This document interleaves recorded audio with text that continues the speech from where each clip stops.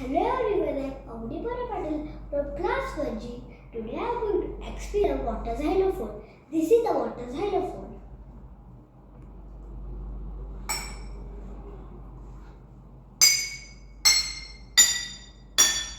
When I tap on each glass jar, you heard different sounds.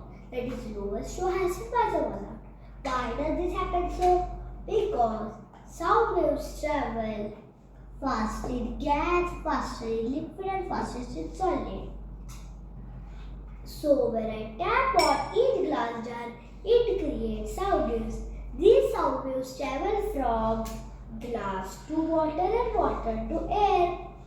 In this case, speech is affected by distance and water volume.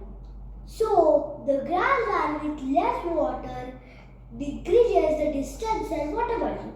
It results in higher pitch sound, and the glass jar with more water increases the distance and water volume.